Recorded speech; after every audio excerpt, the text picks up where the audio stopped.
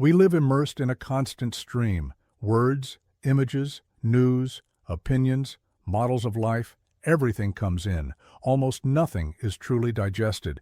We've been taught to absorb, not to transform, to collect, not to build. But the soul doesn't grow by accumulation. Even the body, if it eats without digesting, doesn't get stronger. It gets heavy, it gets sick, it weakens. The same happens to the spirit.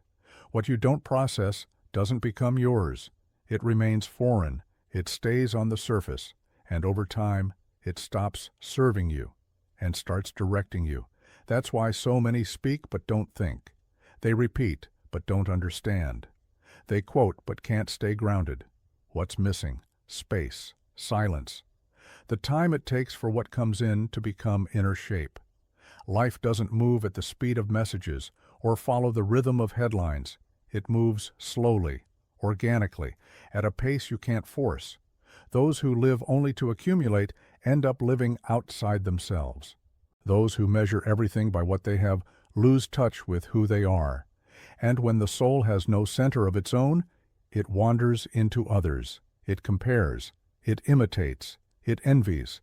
Not because the other is better, but because no stable voice has yet formed inside. Envy is born there, from a mind you've never signed with your own name. The wise person doesn't reject what comes from outside, but they don't swallow it whole. They hold it. They examine it. They work through it. They take what they encounter and make it consistent with who they are. They don't copy. They don't collect. They transform. What you transform becomes yours. What you don't transform ends up ruling you. That's why it's not enough to absorb.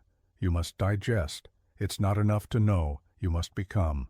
And becoming requires slowness, attention, and loyalty to yourself. Don't just quote. Don't live in reflection. Don't let your soul become a hallway for passing thoughts. Absorb, process, and then create. Stay well.